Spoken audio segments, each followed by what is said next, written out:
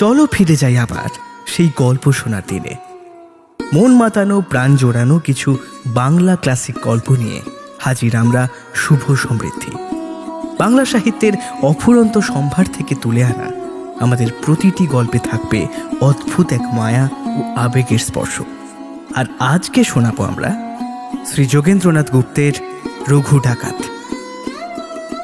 শুরু হচ্ছে WIB presents story teller শুভ সমৃদ্ধির আজকের গল্প রঘু ডাকাত।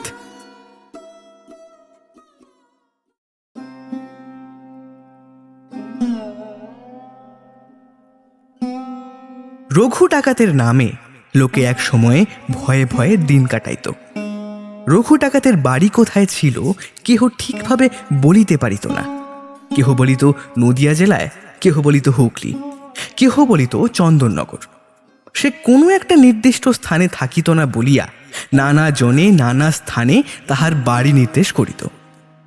রঘুর এভাবে থাকিবার প্রধান কারণ ছিল ধরা পড়িবার ভয়। কে জানে কোন সুযোগে পুলিশ আসিয়া তাকে ধরিয়া ফেলে, এজন্য সে নানা স্থানে ঘুরিয়া বেড়াইত। তাহার পিছনে গোয়েন্দা ও পুলিশ লাগিয়াই ছিল। গভর্নমেন্ট সেই সময়ে রঘু ডাকাতকে ধরিবার জন্য অনেক টাকা পুরস্কার ঘোষণা করিয়াছিলেন। তখন সরকার ডাকাতদের দমন করিবার জন্য একটি দপ্তরও খুলিয়াছিল। বাংলার সর্বত্র কি জলপথে কি স্থলপথে সর্বত্রই ছিল ডাকাতদের অসাধারণ প্রভাব।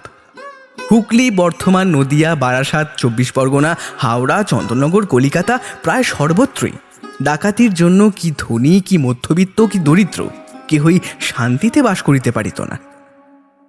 রঘু ডাকাতের সম্বন্ধে নানারূপ গল্পগুজব প্রচলিত ছিল। সে ও তাহার দলের লোকেরা রণপা করিয়া রাত্রিতে 20-25 মাইল দূর কাহারও বাড়িতে ডাকাতি করিয়া আবার নির্বিঘ্নে সেই রাত্রিতেই ফিরে আসিত। সেকালে নদিয়া, হুগলি, কলকাতা ও 24 পরগনার অনেক স্থানই ছিল বন জঙ্গলে ভরা। রঘু ডাকাত একজন বিখ্যাত লাঠিয়াল দস্যু ছিল। তাহার হাতে সর্বদা দীর্ঘ লাঠি থাকিত। তাহার দলের ডাকাতেরা লাঠি, তরোয়াল, ঢাল, বল্লম ও সড়কি নিয়া ডাকাতি করিতেছিল দক্ষ। শিকারী নামে একদল লোক রঘু ডাকাতের দলে ছিল। কৃষ্ণনগরের একজন রাজা লখনৌ হইতে শিকারীদের এ দেশে আনেন। তখন কৃষ্ণনগরের চারিদিকে ছিল গভীর বন জঙ্গল। সেই বন জঙ্গলে নানা জাতীয় হিংস্র জন্তুর বাস ছিল। রাজা প্রথমে তাহাদের এই সব বন্যজন্তু শিকার করিবার জন্য এদেশে আনিয়াই বসতি দিয়াছিলেন। সেই অবধি শিকারীরা কৃষ্ণনগরের চারিদিকে বাস করত। উহাদের জীবিকা নির্বাহের উপায় ছিল পশু শিকার ও ডাকাতি। শিকারীদের বংশবৃদ্ধি পাইয়া ক্রমে সংখ্যাও বাড়িয়া গেল। ডাকাতের দলে সকলেই ছিল কালীর উপাসক, কি হিন্দু দস্যু কি মুসলমান দস্যু, সকলেই কালীর পুজো করিয়া ডাকাতি করিতে বাহির হইত। এইসব ডাকাতকে ধরা বড় সহজ ছিল না। এদিকে পুলিশ ফৌজ তাড়া করিলে তাহারা চন্দননগরে পালাইয়া যাইত। ফরাসি অধিকৃত চন্দননগরে গিয়া তাহারা আত্মরক্ষা করিত। রঘু ডাকাতের উপদ্রব বিশেষ করিয়া নৈহাটি থানা ও বারাসাতের কদমগাছি থানা এবং হুগলি, 24 পরগনা ইত্যাদি পর্যন্ত ব্যাপ্ত ছিল। সেই সময় নৈহাটি থানায় দুর্গাচরণ চক্রবর্তী এবং কদমগাছি থানায় শিবচন্দ্র বন্দ্যোপাধ্যায় নামে দুইজন নামকরা তারকা ছিলেন। তাহাদের উপর কর্তৃপক্ষের আদেশ ছিল, যেমন করিয়া পারো রঘু ডাকাতকে ধরিতেই হইবে। রঘু ডাকাত সম্বন্ধে নানা সুন্দর সুন্দর গল্প আছে। দুর্গাচরণ নানা রূপ চেষ্টা করিয়াও রঘু ডাকাতকে ধরিতে পারিলেন না। একবার দারোগা দুর্গাচরণ একখানি চিঠি পাইলেন, আপনার সঙ্গে আমার শীঘ্রই দেখা হবে, প্রস্তুত থাকিবেন, ইতি সেবক রঘু। এখানে রঘুর মহত্বের একটা গল্প বলিয়া লইতেছি। চূর্ণী নদীর তীরে ছোট্ট একটা গ্রাম, সেখানকার এক দরিদ্র ব্রাহ্মণের কন্যার বিবাহ।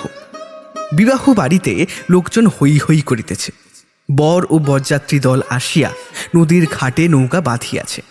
সন্ধ্যা হইয়া গেল, লগ্ন সমাগত। কিন্তু বরকর্তা বলিতেছেন, আমার পণের সব টাকা না পেলে কোনো রকমেই বর নিয়ে আসবো না। সেকালের কুলীন ব্রাহ্মণদের কৌলিন্য মর্যাদা না পাইলে বর বিবাহ করিত না। কুলীনের ছেলের মেয়ের আর অভাব কি? এক লগ্নে তো 10টা বিবাহ সে করিতেই পারে। কাজেই বরকর্তা নির্বিকার। বিবাহ বাড়ির আলো যেন এক নিমেষেই মলিন হইয়া গেল। কন্যা দারিদ্রস্থ পিতা কাঁদিতে লাগিলেন। এমন সময় এক দীর্ঘকায় ব্যক্তি হাতে একটা লম্বা লাঠি চণ্ডী মণ্ডপের ভিতর বসিয়া ব্রাহ্মণকে কাঁদতে দেখিয়া বলিল, পেন নাম হই ঠাকুর, কাঁদছ কেন? ঠাকুর বলিলেন, কে তুমি? আমি যেই হই না কেন, বলো না ঠাকুর, এত কাঁদছ কেন? বলিয়া লোকটা অট্টহাস্য করিল। ব্রাহ্মণ তখন সবিস্তারে সব কথা বললেন এবং জানাইলেন বর ও বরযাত্রী চূর্ণী ঘাটে এসে নৌকো বেঁধেছে, এবার টাকা না পেলে বিয়ে করতে আসবে না। কি হবে বলো? তাই বাড়ি শুদ্ধ সকলের এত কান্নাকাটি শুনতে পাচ্ছ।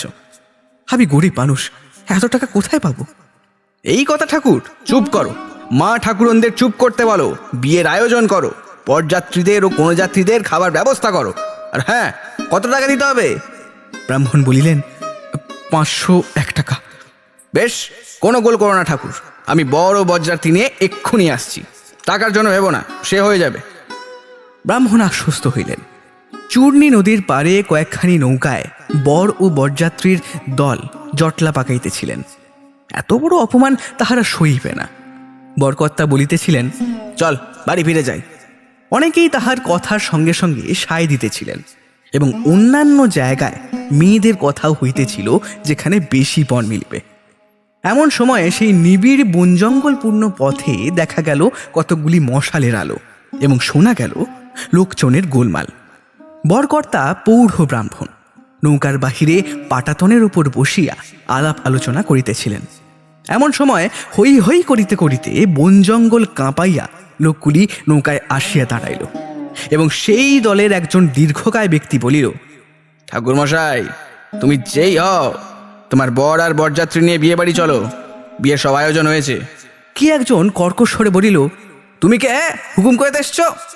সে কথা পরে হবে, ভালোই ভালোই চলো, বিয়ের সবাই টাকা করি বুঝে প্রবোধ করে নিও।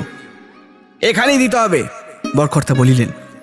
দেখো ঠাকুর, সাবধান, যদি ভালোই ভালোই না চলো তবে নৌকা শুদ্ধ পাড়ে টেনে তুলবো। কি এত বড় আসপর্দা? কে তুমি? আমি রঘু ডাকাত। নৌকার সকলে ভয়ে ও বিস্ময়ে চিৎকার করিয়া উঠিল। কেহ আর কোনো দ্বিরুক্তি না করিয়া কন্যার পিতার বাড়িতে চলিলেন। মনে মনে ভাবিলেন, সর্বনাশ, রঘু ডাকাত। রঘু কন্যাকর্তাকে ডাকিয়া গোপনে বরপণের সব টাকা দিয়া বলিল, আমি এখানেই আছি, ভয় নেই, সকলকে খাইয়ে বিয়ের ব্যবস্থা করো। ব্রাহ্মণ আনন্দে কাঁদিয়া ফেলিলেন, বলিলেন, কে তুমি, আমার হিতৈষী বন্ধু? রঘু কহিল, চুপ করো ঠাকুর, আমি রঘু ডাকাত। ব্রাহ্মণ বলিলেন, রঘু, তুমি তুমি বিয়ে দিয়েছ, মা কালী তোমায় দীর্ঘজীবী করুন। তুমি আমার... চুপ ঠাকুর আর কোনো কথা বলিলেন না। নির্বিঘ্নে বিবাহ হইয়া গেল। বরযাত্রীরা কনেপক্ষের আদর আপ্যায়নে তৃপ্তি লাভ করিয়া পরদিন নিজ নিজ দেশে চলিয়া গেলেন। রঘুর এমনই মহত্ব ছিল। দুর্গাচরণ বাবু একদিন থানায় বসিয়া গড়গড়া টানতেছিলেন এবং ডাকাতি নিবারণের পথ খুঁজিতেছিলেন। ম্যাজিস্ট্রেটের কড়া হুকুম, ডাকাত ধরা চাই চাই। এমন সময় দেখলেন একজন জেলে খুব বড় 2টি রুই মাছ মাথায় করিয়া থানার দিকে আসিতেছে। জেলে সেই বৃহৎ মৎস্য থানার বারান্দায় নামাইয়া রাখিয়া কাপড়ের খুঁট হইতে একখানি চিঠি বাহির করিল এবং নমস্কার করিয়া চিঠিটা দুর্গাচরণ বাবুর হাতে দিল। চিঠিতে লেখা ছিল, দারোগাবাবু, পৌত্রের অন্নপ্রাশন উপলক্ষে আমার পুষ্করিণীতে মাছ ধরিলাম। আপনি আসিতে পারবেন না জানাইয়াছিলেন, তাই 2টি মাছ আপনার জন্য লোক মারফত পাঠাইয়া দিলাম। লোকটি আমার বিশ্বস্ত প্রজা।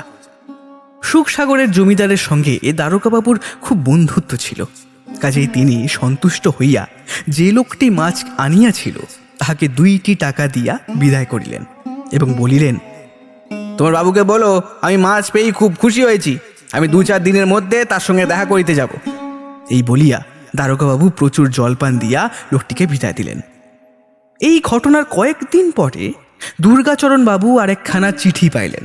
তাহাতে লেখা ছিল, দারোগাবাবু, আমি বলেছিলাম একদিন আপনার সঙ্গে দেখা করতে আসব, সেই দিন দেখা করে আসছি। মাছ কেমন খেলেন? সেবক রঘু ডাকাত। দুর্গাচরণ বাবু হায় হায় করিয়া বলিলেন, এমনি করে আমাকে ফাঁকি, পাটা হাতের থেকে ফসকে গেল। গঙ্গার পারে নৈহাটির কাছে এক পল্লীতে একজন ধনী সম্ভ্রান্ত ব্যক্তির একটি বাগান বাড়ি ছিল। তাহার নাম ছিল বিনোদবাবু। বিনোদবাবু এই বাগান বাড়িতে প্রায় বন্ধু বান্ধব ও আত্মীয় স্বজন লইয়া আমোদ প্রমোদ করিয়া থাকেন। গঙ্গার পাড়েই ছিল বাগান বাড়িটি। নিচ দিয়া গঙ্গা কুলু কুলু স্বরে বাহিয়া যাইত। আম, কাঁঠাল, লিচু, নারকেল এইসব বড় বড় গাছ বাগানের শোভা বৃদ্ধি করিয়াছিল। বিনোদবাবু ধনী জমিদার মানুষ, বড় শখ করিয়া এই বাগান বাড়িটি তৈরি করিয়াছিলেন। প্রায়ই তিনি এখানে আসিতেন। একবার বন্ধু বান্ধবদের সহিত আলাপ আলোচনা প্রসঙ্গে রঘু ডাকাতের কথা উঠিল। বিনোদবাবু বলিলেন, শুনেছি রঘু অত্যধিক দুঃসাহসিক ডাকাত, তবে একথা যেন ভাই তার সাধ্য হবে না আমার এখানে আসে। আরেকজন বন্ধু বলিলেন, বলো কি, রঘুর অসাধ্য কাজ তো এমন কিছুই নেই, বড়াই করো না। 2-3 মাস পরে বিনোদবাবু একখানা চিঠি পাইলেন। চিঠির মর্ম এই, আমি শীঘ্রই আপনার বাগান বাড়িতে আপনার সঙ্গে দেখা করব, রঘু ডাকাত। বিনোদবাবু তো চিঠি পাইয়া অবাক। তিনি বুঝিতে পারিলেন যেভাবেই হোক রঘু ডাকাতের কানে তাহার সদম্ভ উক্তিটা পৌঁছেছিল। তিনি আর কাল বিলম্ব না করিয়া কলকাতা পুলিশের উপরওয়ালাদের নিকট এবং নৈহাটি থানার দারোগাকে চিঠির মর্ম জানাইয়া পত্র দিলেন।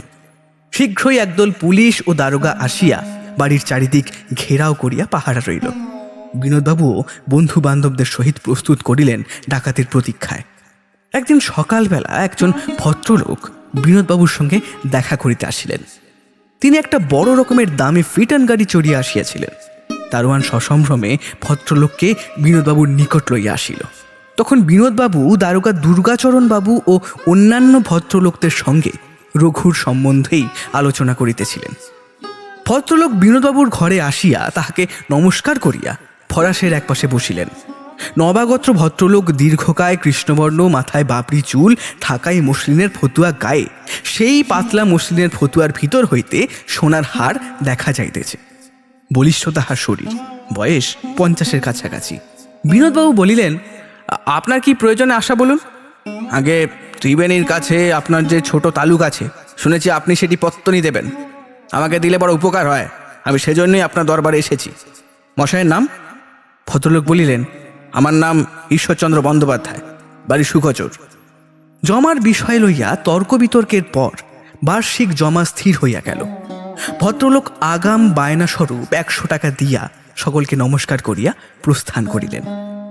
বিনোদবাবু টাকা লইয়া সেরেস্তারে কর্মচারী মারফত যথারীতি রসিদ দিয়া নিজ নাম স্বাক্ষর করিতে ভুলিলেন না।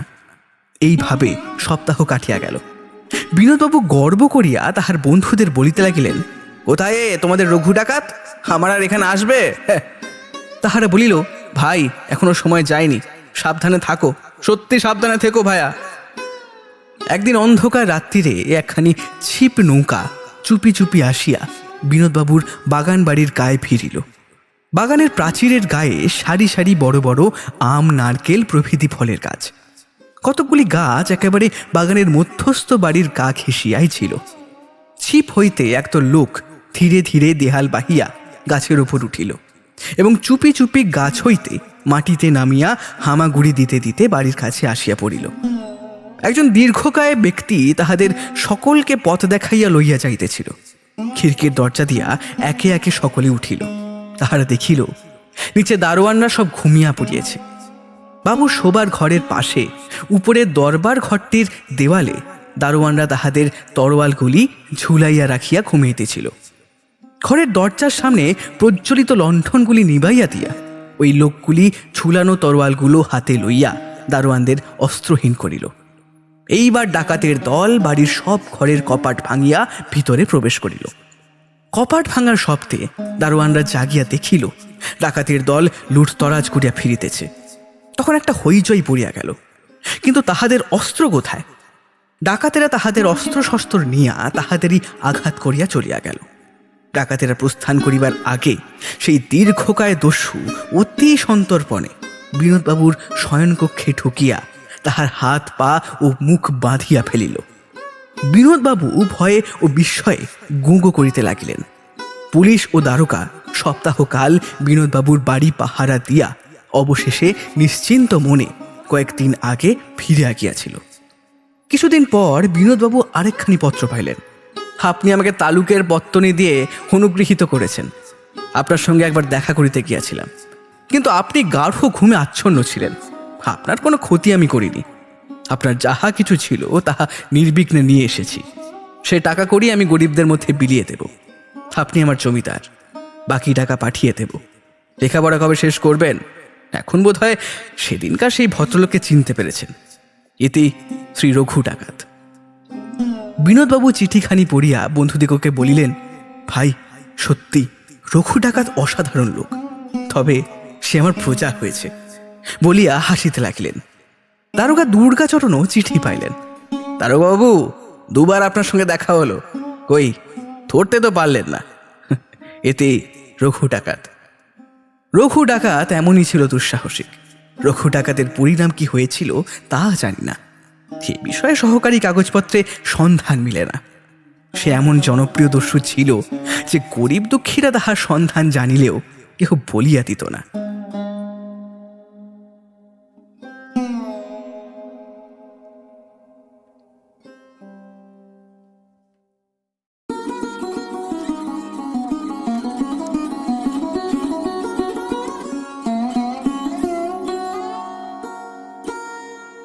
শুনলেন আজকের গল্প, শ্রী যোগেন্দ্রনাথ গুপ্তের রঘু ডাকাত। এরকম আরও গল্প শুনতে ভিডিওটি লাইক করুন এবং আমাদের চ্যানেলকে সাবস্ক্রাইব করুন। আপনাদের বিভিন্ন মতামত আপনারা কমেন্ট করেও আমাদের জানান। ফিরে আসবো পরের সপ্তাহে আরও এক নতুন কোনো গল্প নিয়ে। শুনতে থাকুন WIP প্রেজেন্টস স্টোরি টেলার। শুভ সমৃদ্ধি।